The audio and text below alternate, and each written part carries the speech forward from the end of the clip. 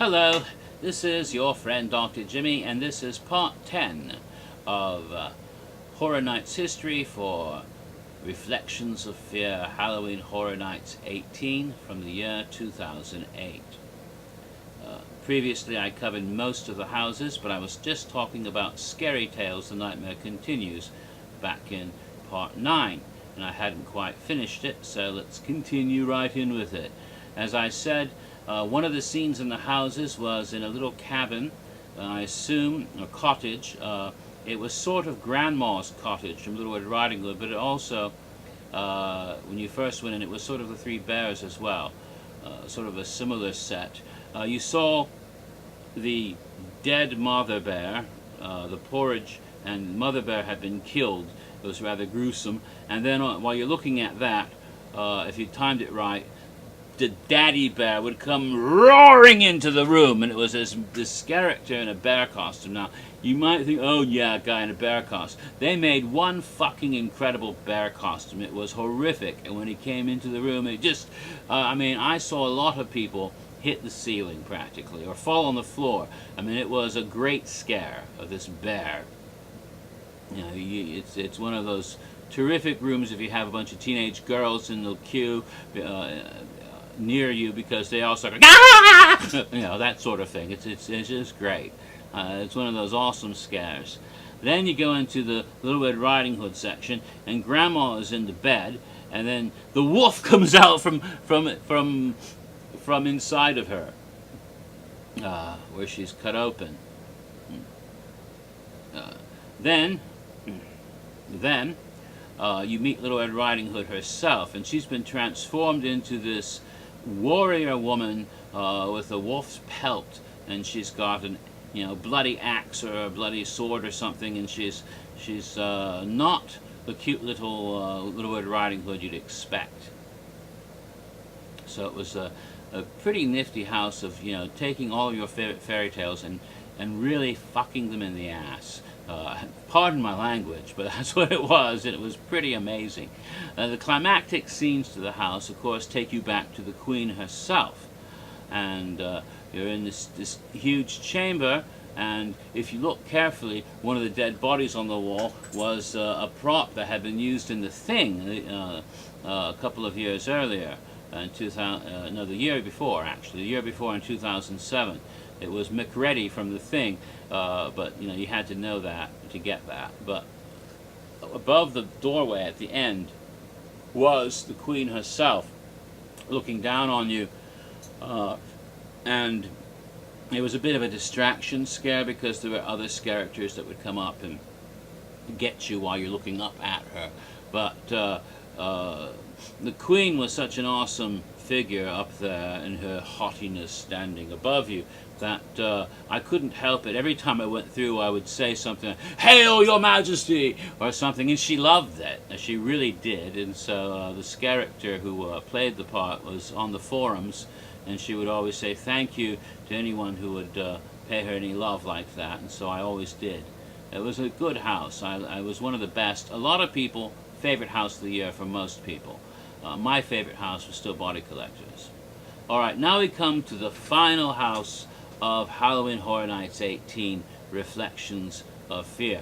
And it was the Icon house that year, because of course, as I mentioned in the previous video, the Queen had been the original concept for the Icon, and what happened was, for whatever reason, they scrapped that and they came up with a different idea of using the urban legend of Bloody Mary. Now, as a matter of fact, there were some complications. Apparently a woman named Bobby Weiner, who had written a comic book version of Bloody Mary, and sewed hot sauce of all things and some makeup for under the name Bloody Mary as well, had trademarked the name Bloody Mary for the purposes of haunted attractions in theme parks. I didn't think it would be legal to trademark an urban legend, but apparently she got away with it, and Universal had to pay her off. And because that is the primary reason I have I have come to suppose, and I don't think it's ever been officially confirmed, but that's the reason most people assume that we really haven't seen any official appearances of Mary Agana or Bloody Mary since 2008, even though the other icons have reappeared over the years, except for unofficial, sneaky little cameos, which I'll get to when I get to 2010. Oh, I forgot to mention, when I mentioned the Hallow, Bloody Mary made a cameo in the Hallow. I said she tended to pop up here and there in some of the houses. Her appearance in the Hallow was very interesting. I think it was right after the Witch Room. There was a sort of, before you went into the wheat field where there's a scarecrow, not to be confused with the scarecrow that was in Scary Tales. There are a lot of scarecrows and those type of figures roaming around in the whole event, because it was more Halloweeny, like I said. But in the Hallow there was a sort of mirror, and there was an almost three-dimensional holographic appearance of Bloody Mary standing there and moving away. And it was a projection, not a character. And it looked really cool. I don't know if it was really a hologram or not, but it was the first time something that looked kind of holographic.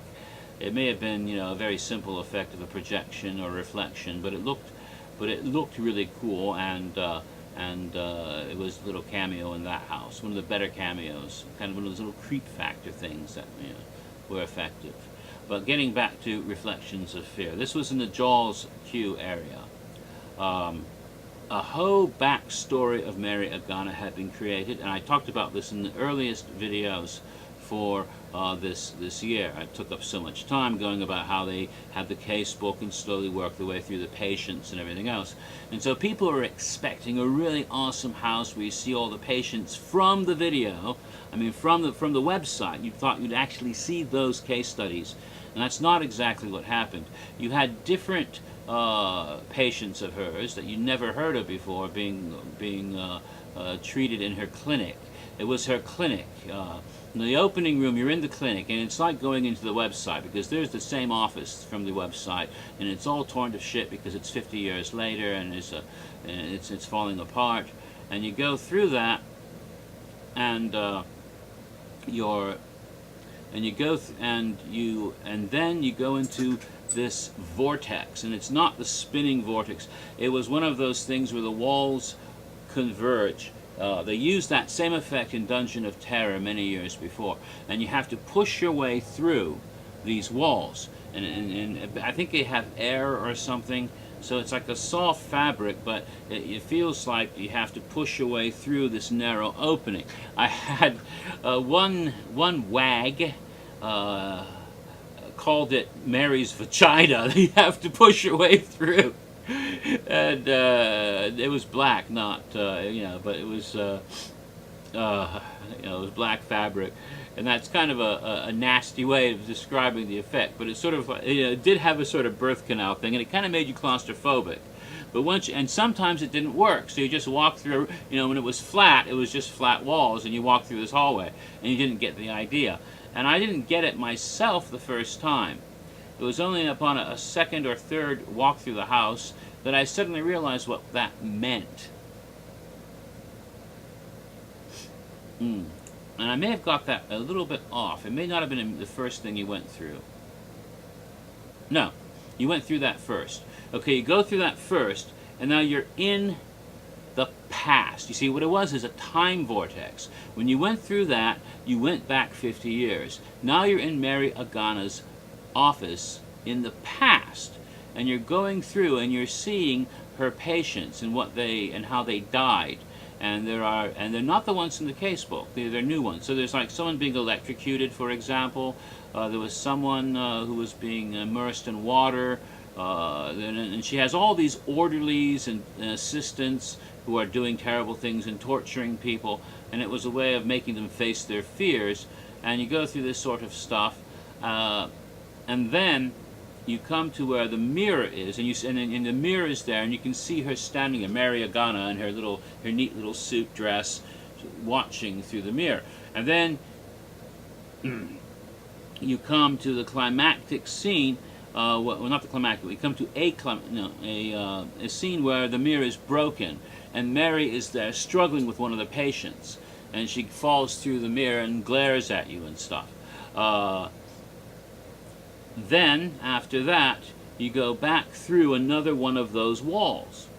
You push your way through again, and you go back through the same exact rooms in reverse order. Only now, it's the present day, and they're filled with dead bodies.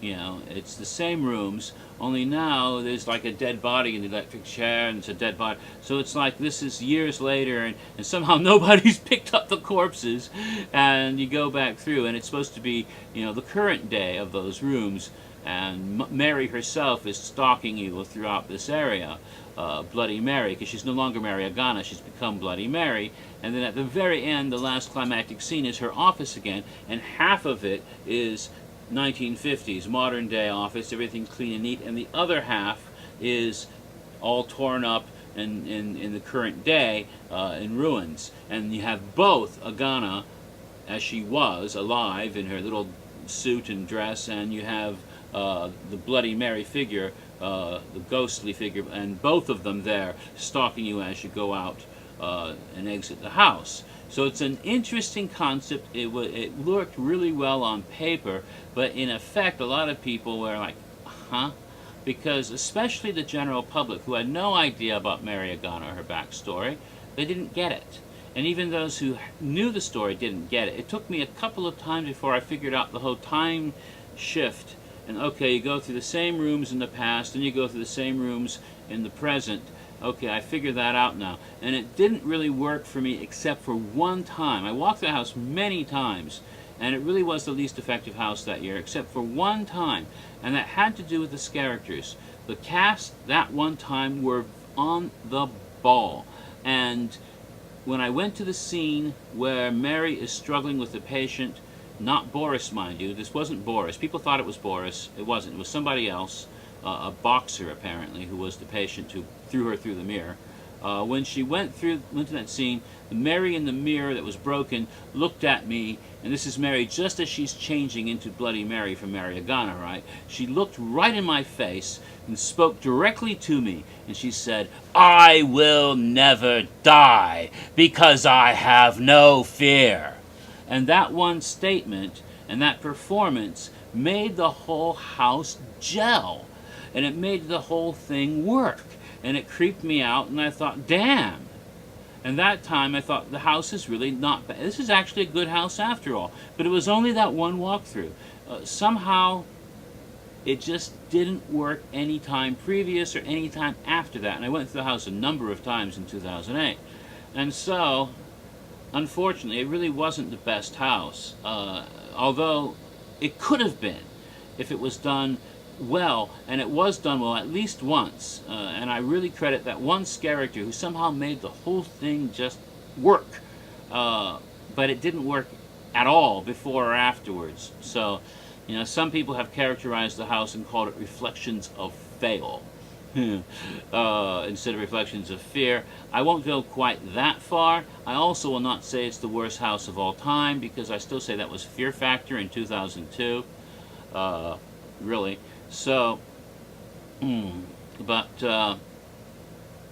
it could have been a lot better, I'm sure. But that was the house that we had, and that was the final house of 2008. Now we come to Scare Zones. Now, as I said, 2008 was the first time they did 8 houses, and so it was the biggest event in house numbers. It was also Scare Zones. They also hired more characters that year than they ever had before. And they had more scare zones. They had 6 official scare zones, and they had 2 unofficial scare zones as well. So really, there were 8 scare zones that year, as many as there were houses. And I don't think they've ever quite had scare zones as much as they did that year. And it was also the first year that they really began to make the scare zones into set pieces of street theater.